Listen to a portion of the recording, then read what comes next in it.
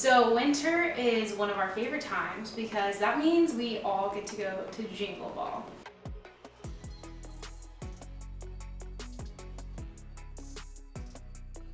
Jingle Ball has really changed throughout the past decade.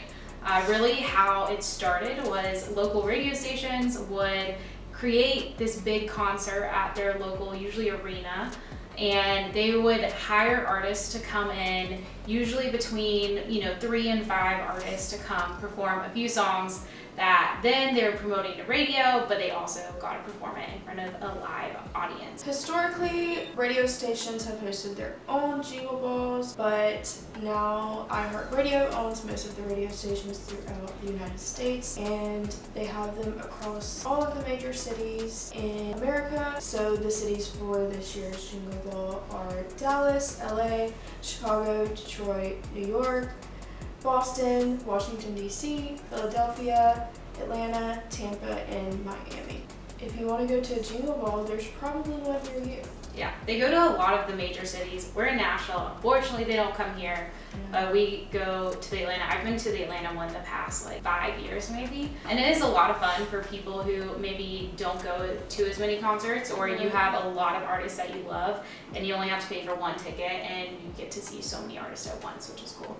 Super cool. Jingle Ball also runs from the end of November until basically the week before Christmas. It's spread out over a couple weeks, so if you miss one, you can go to another. This is, however, not to be confused with Jingle Bell Ball, which is basically the UK's version of Jingle Ball, and it is put on by Capital FM, which is, I would say, the equivalent of iHeartRadio in America. So previously, like I said, it was these individual radio stations and they would hire completely different artists, but once iHeartRadio kind of consolidated and now they're basically doing a mini tour, and they now actually hire artists for all of these shows. The same artists go on tour to the 15 or so tour dates. This year the lineup is Dua Lipa, Lizzo, Charlie Puth, the Backstreet Boys, we got a little throwback in there, Kid Laroi, AJR, Demi Lovato, Lob, Ava Max, Doug Cameron, Jax, and Jake, but it's like JVKE, so Jake. And the way it's always worked too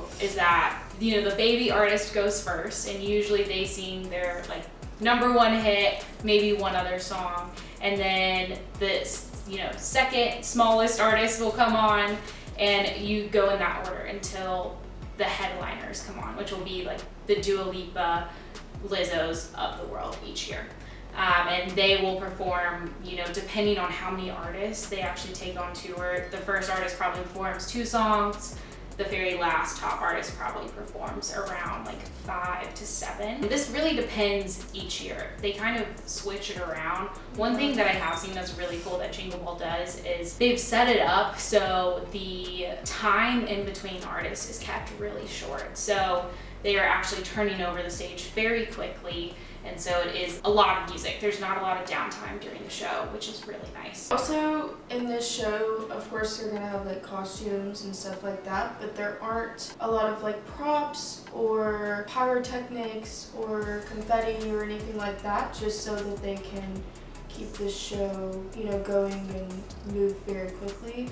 So, although it's not as big as going to Lizzo's headlining tour, because you don't get all the extra stuff. You have to weigh the pros and cons. You get to see multiple artists, but you don't get all the crazy extra stuff. Totally. And this would be such a great gift too, to buy this ticket for a friend and you all go to see the show, because especially if they didn't want to pay $150 just to see one of these artists this year, now they get to pay $100 to get a ticket to see all of them, which is really cool, because then you get to say you've seen 9 artists in one night, which is very rare. It's almost like a mini festival lineup, and usually these do run a little bit longer than a normal concert. Just make sure to check the time that the show starts. It will start right then. They are usually more time sensitive on these things since there are so many artists involved. So make sure you get there on time or even a little bit early. Speaking of artists, there have been an astronomical amount of artists who have performed at Jingle Ball. I feel like it's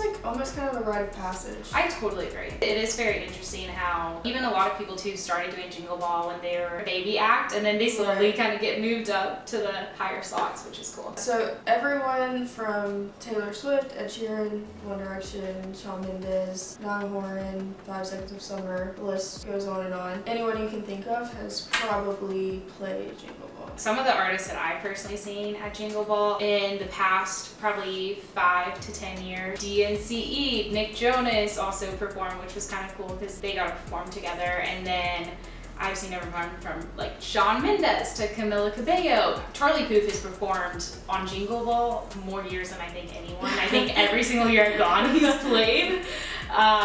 And he's one of those people who's kind of slowly moved up to like a higher spot, which is interesting. But they are a lot of fun and really fun to go to with friends. I always used to go back home during the holidays and go with some of my high school friends. So that was always kind of like a fun Christmas memory that we gotta have. Super fun. Yeah. I haven't gone to one yet, but maybe I'll go this year. Yeah, you need to go. Our lovely film editor has also gone to one, and we're jealous because she went to one with One Direction. In 2015, right Yeah. before they broke up. Like Made in the AM songs that no one else got to hear. So we're very jealous of that one. We wish we were there. So make sure to go to your local Jingle Ball because you never know. I also saw Fifth Harmony there, and then like they broke up right after. So see the bands while they're at Jingle Ball because they might break up right after. Right, and it's probably most artists' last performance of the year. Yeah. Also during this time, the music industry kind of takes off, so there really aren't a lot of other concerts or tours going on. This would be a great thing too to ask your parents for a Christmas gift and go to Jingle Ball. Jingle Ball is one of our favorite annual things that happens every year. I know I plan to continue going to see all the new artists. It's a great way to discover new artists maybe you haven't heard of, or if you've only heard the one TikTok famous song for, and get to see them live. And I think it'll be something that will be going on for plenty of years to come.